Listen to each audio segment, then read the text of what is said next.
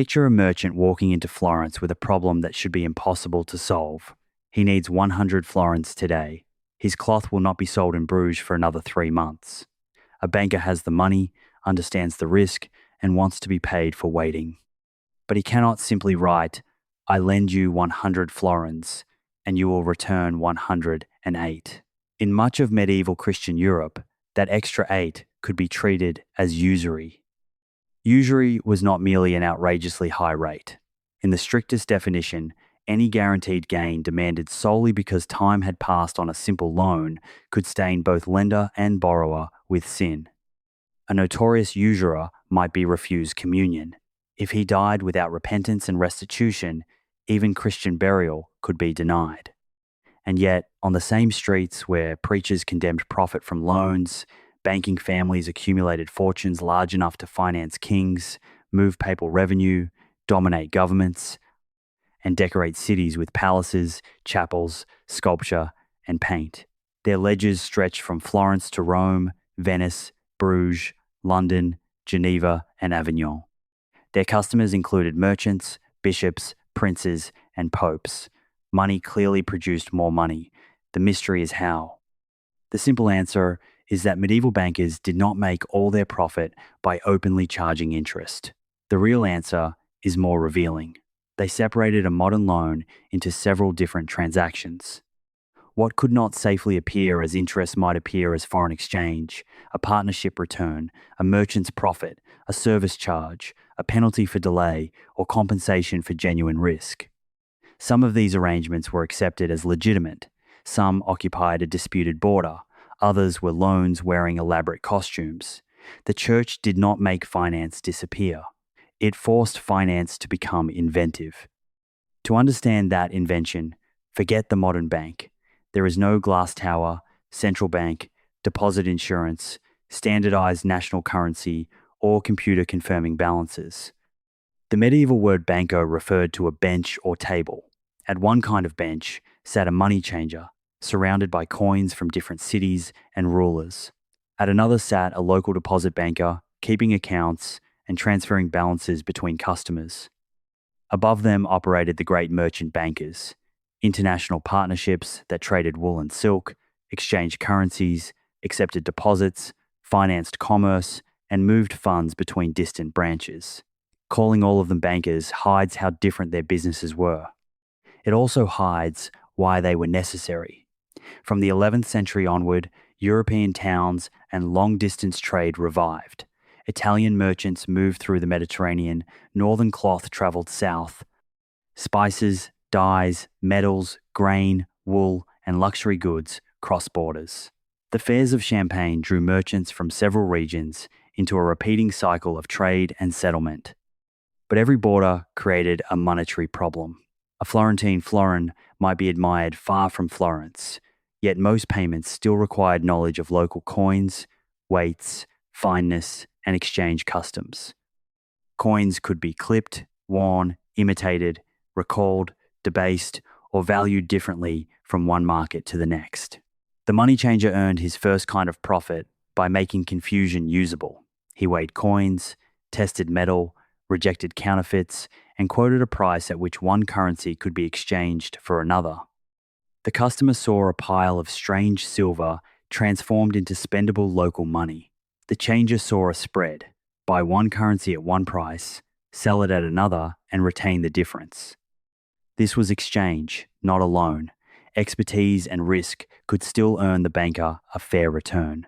Deposits created another service. Carrying a chest of coins through crowded streets invited theft. Carrying it across mountains or seas invited catastrophe. A merchant could place funds with a trusted banker and order a payment to someone who also held an account there. Instead of handing over metal, the banker reduced one balance and increased another. Real value moved through ink. The banker could charge for services, use networks to settle balances, and employ part of the funds in business. But deposits also created a danger that looks painfully modern. If too many customers demanded coin at once, the banker's ledger could be rich while his cash box was empty. The most powerful instrument began with an ordinary letter. Imagine that a Florentine merchant owes money in Bruges. Shipping coins would be expensive and dangerous. He gives florins to a banker in Florence. In return, he receives a bill ordering a correspondent or branch in Bruges to pay a named person there in the local currency after an agreed period. The paper crosses Europe, the gold usually does not. Merchants at both ends keep accounts with one another, offset claims, and settle only the remaining difference. A few lines of writing replace guards, pack animals, insurance, and a box of treasure. This bill of exchange solved two problems at the same time. It transferred value between cities and currencies, and it created time between payment at one end and settlement at the other. That combination was the opening medieval bankers needed. A direct loan said, "Here are 100 florins, return more florins later." A bill said, "Here are florins in Florence, arrange payment later in Bruges in pounds groat or in Venice in ducats, according to an exchange rate." Because the currencies differed, there was no single extra number labelled interest. The bank's return could be embedded inside the rate at which one money was exchanged for another. Suppose a merchant needs cash in Florence now and expects funds to become available through his partner abroad later. He sells a bill to the banker and receives florins. At maturity, the banker's correspondent is paid in the foreign city. In another transaction, funds can be sent back through a second bill. The two exchange rates, the distance, and the time between them determine whether the banker gains or loses. To a theologian, genuine exchange could be licit because the banker performed a real transfer, dealt in different currencies, faced uncertainty, and could lose. To an economic historian reading the paired transactions, the difference can look remarkably like an interest return hidden inside foreign exchange. This was not simply a trick invented by the Medici. Bills of exchange developed before their bank became famous, and the Medici followed established commercial practice. Their importance came from scale, organization, relationships, and surviving records.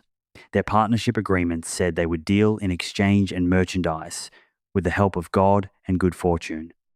That wording captured the medieval compromise perfectly. They did not advertise a factory for manufacturing interest. They described a merchant enterprise exposed to providence, risk, and trade. The distinction between a loan and an investment mattered enormously. In a simple loan, known as a mutuum, ownership of the money passed to the borrower. The borrower owed an equivalent amount, and the lender was not supposed to demand a guaranteed surplus, merely for surrendering something that would be consumed in use. Medieval thinkers inherited arguments from Scripture, Roman law, the Church Fathers, and Aristotle, who had described money as barren. A field produced crops, livestock produced offspring. Money, in this view, did not naturally reproduce. Asking it to breed merely because the clock had moved seemed unnatural and exploitative, especially when a rich lender profited from a neighbor's desperation. But a partnership was different. If one person supplied capital for a trading voyage and another supplied labor and expertise, they could divide the profit. The investor's money was genuinely at risk. The ship might sink, pirates might seize the cargo, prices might collapse before the merchant arrived.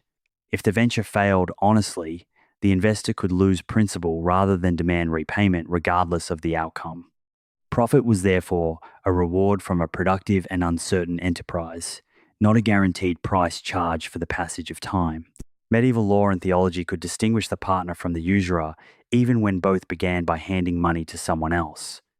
That distinction encouraged contracts such as the commenda, widely used in Mediterranean trade.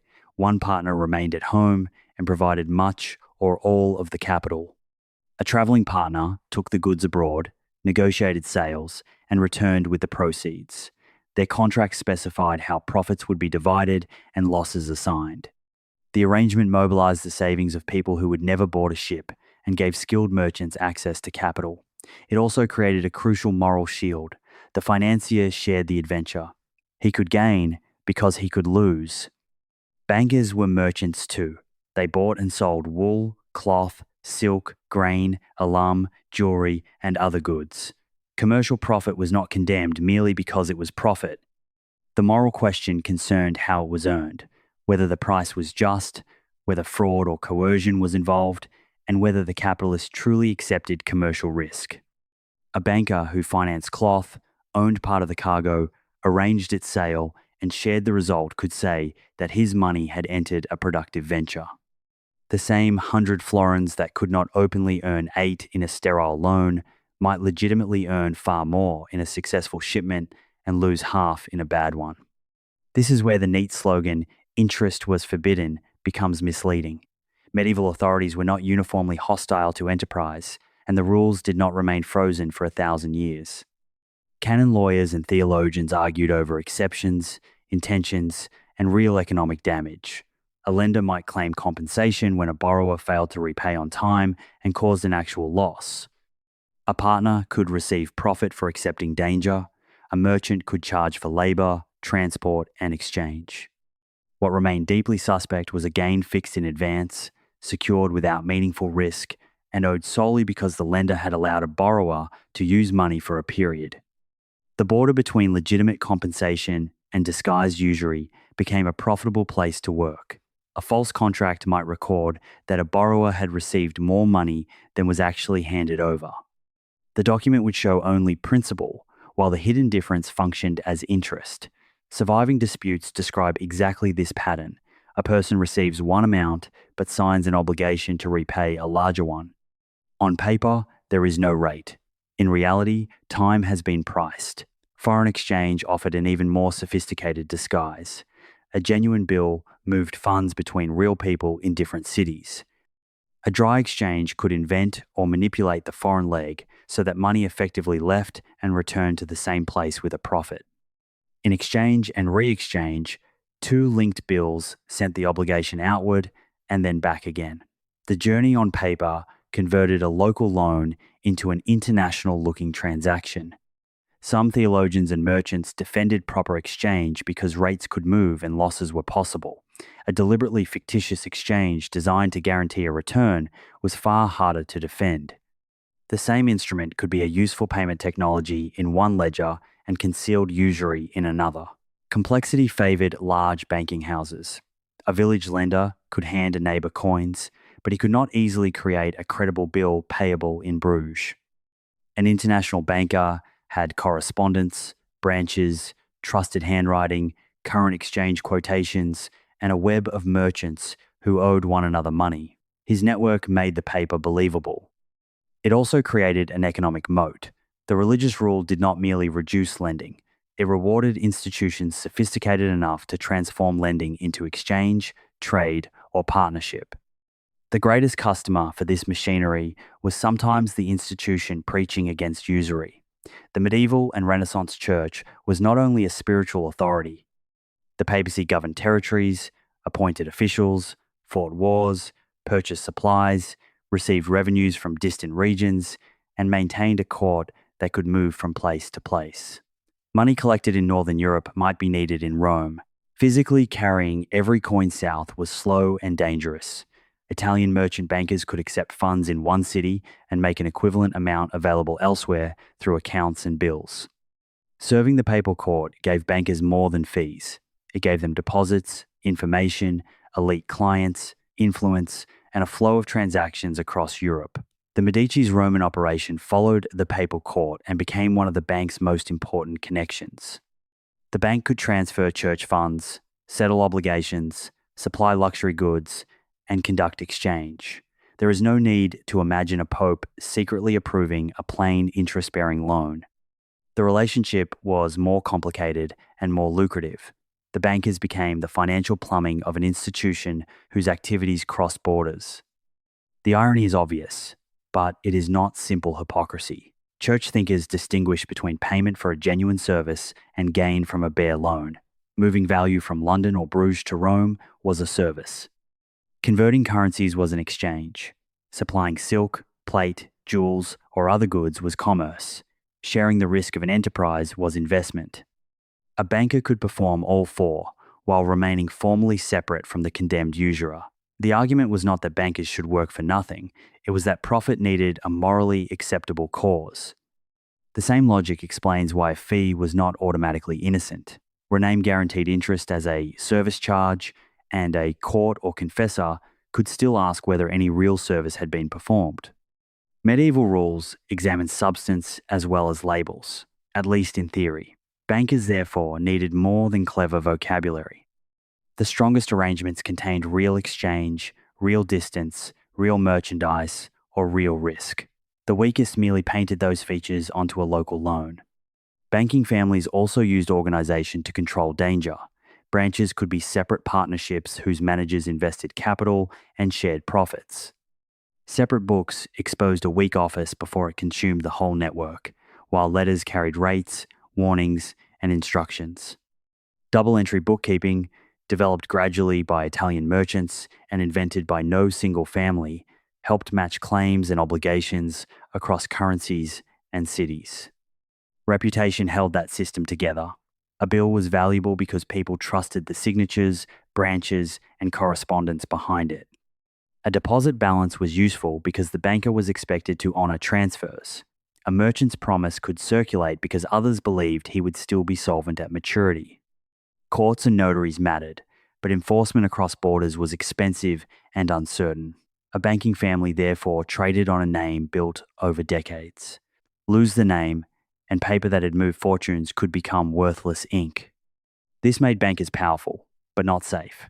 Kings were attractive customers because their revenues were enormous. They were also terrifying customers because ordinary collection methods barely touched them. Florentine houses advanced money to rulers in return for access to taxes, customs, political favors, or valuable commodities such as English wool. The arrangement could resemble a loan, a supply contract, a monopoly, and a political alliance at the same time. Profits were high precisely because failure could be fatal.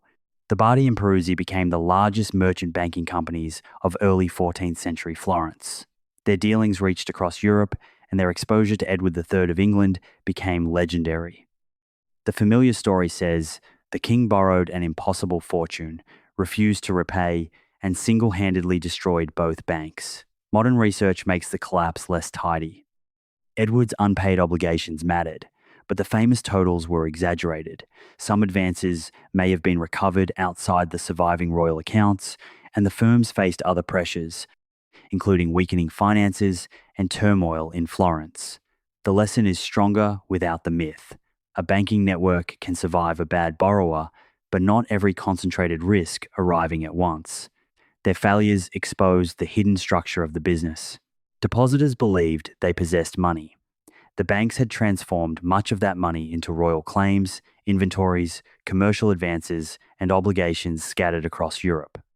When confidence weakened, assets that looked impressive in a ledger could not instantly become cash. There was no central bank to lend against them and no government guarantee to calm depositors. Medieval banks discovered the basic danger of banking centuries before modern regulators gave it a name: fund long, risky promises with money that clients may want back now. The Medici Bank rose after the era of those spectacular Florentine giants. Giovanni di Bicci de' Medici established the institution conventionally dated to 1397, and his successors built a network of partnerships and branches. They dealt in exchange and merchandise, handled deposits, served the papal court, and cultivated relationships across political borders. Their bank did not become successful because it found one magical loophole. It combined many modest advantages: trusted agents, disciplined books, exchange expertise, papal business, commercial intelligence, and a family name that opened doors. Banking wealth then purchased influence. Medici relationships connected clergy, merchants, rulers, and office holders. Wealth funded patronage and alliances. Influence attracted more business. The family moved from financing Florence toward governing it. Money had become political capital. But clever contracts did not repeal risk. In 1469, the partnership agreement for the Medici branch in Bruges warned manager Tommaso Portinari against lending to the Duke of Burgundy and other princes because such business carried more danger than profit. The restraint weakened. Portinari advanced heavily to Charles the Bold, who died in battle in 1477, leaving a vast unpaid balance, then lent more to Charles's successors in hope of rescuing the earlier exposure. Spectacular collateral, including jewels, could not replace cash. This was one wound in a wider decline driven by weak oversight, political entanglement, and bad debts. By 1494, the Medici Bank was effectively gone. What about lenders who did not possess an international branch network? This is where the history is often distorted into a dangerous stereotype. Jewish people in parts of medieval Europe sometimes became prominent in money lending, shaped by religious rules, legal exclusions, restrictions on landholding or guild membership, and the demands of rulers who licensed and taxed them. But Jews were never the only medieval lenders, and many Jewish families were poor or worked in other trades. Christian merchants also supplied extensive credit while receiving the more respectable label of merchant rather than usurer. Jewish lenders could be useful to rulers and communities, then taxed, dispossessed, attacked, or expelled when debts and politics turned against them. The image of the uniquely Jewish usurer converted a complicated credit economy into a weapon of blame. It concealed the Christian investors, merchants, notaries, princes, and banking houses participating in the same world of debt. It also concealed the fact that legal vulnerability, not some cultural instinct for finance, pushed certain Jewish communities into narrow and unpopular economic roles. For ordinary people, the grand bill of exchange was often irrelevant. A laborer needing food before payday or a family needing seed before harvest could not promise settlement through a Bruges branch. They borrowed from neighbours, employers, landlords, shopkeepers, pawnbrokers, or local lenders. Small loans were costly to administer and risky to recover, so the poor could face the harshest terms while elite merchants accessed sophisticated paper. The moral campaign against usury was aimed partly at protecting vulnerable borrowers, but prohibition could also drive their credit into informal contracts where prices were harder to see. Late in the medieval period, reformers tried another answer. Beginning in 15th century Italy, civic charitable pawn banks known as Monte di Pietà offered small loans secured by pledged objects. The first is generally associated with Perugia in 1462. Their mission was to provide poorer borrowers with an alternative to expensive private credit. Yet even a charitable lender needed employees, buildings, guards, records, and protection against loss. Charging a modest amount to cover operating costs provoked fierce debate. The institution designed to fight usury demonstrated the economic problem that prohibition could never erase. Lending is not costless. This is the deeper economics of medieval banking. The price of credit has several ingredients. Part compensates for the possibility of default, part pays for administration and information, part reflects inflation or currency risk, part rewards surrendering the use of funds, part may be monopoly profit extracted from a desperate borrower. Modern finance combines these pieces into an interest rate and then regulates the rate, the disclosure, and the lender. Medieval finance tried to separate morally acceptable ingredients from the forbidden one, often by placing them in different contracts.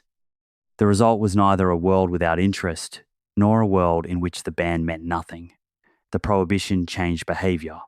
It made direct, guaranteed interest-bearing loans legally and spiritually dangerous. It encouraged restitution clauses, partnerships, annuities, credit sales, penalties, exchange contracts, and layers of accounting. It increased the importance of theologians, notaries, and lawyers who could decide which form crossed the line.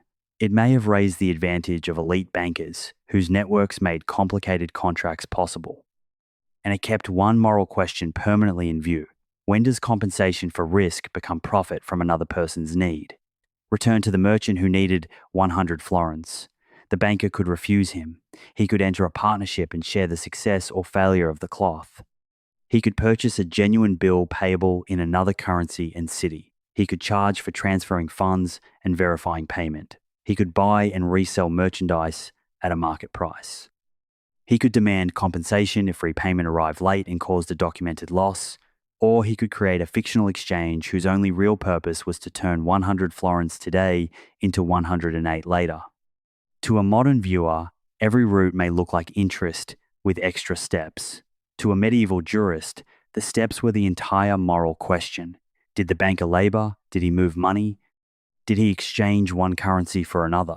Did he risk losing principal? Did he share in a productive venture? Was the gain uncertain? Or did he simply use ownership of money to demand more money from a borrower who carried every danger alone. The richest banking families learned to make those questions work for them. They placed distance between the cash and the repayment, uncertainty between the capital and the profit, merchandise between the investor and the return, and a web of correspondence between one city and another. The fortune in the chest did not come from one forbidden coin multiplying in darkness. It came from spreads, trade, information, services, political access, shared ventures, hidden credit, and sometimes from violating the spirit of the rule while preserving the form. Interest was called a sin, but time still had a price. Risk still had a price. Information, trust, transport, and liquidity all had prices. Medieval banking became the art of charging those prices without writing the one sentence that could condemn the transaction. In doing so, bankers created instruments that outlived the prohibition itself. The bill of exchange, branch network, transferable claim, deposit ledger, partnership, and foreign exchange market became foundations of later finance. The church tried to prevent money from becoming a machine that extracted guaranteed profit from need. Commerce responded by proving that money was rarely alone. It traveled with risk, work, currency, distance, information, and power. Between those two truths, the medieval banker built his fortune. That was the economics of medieval banking when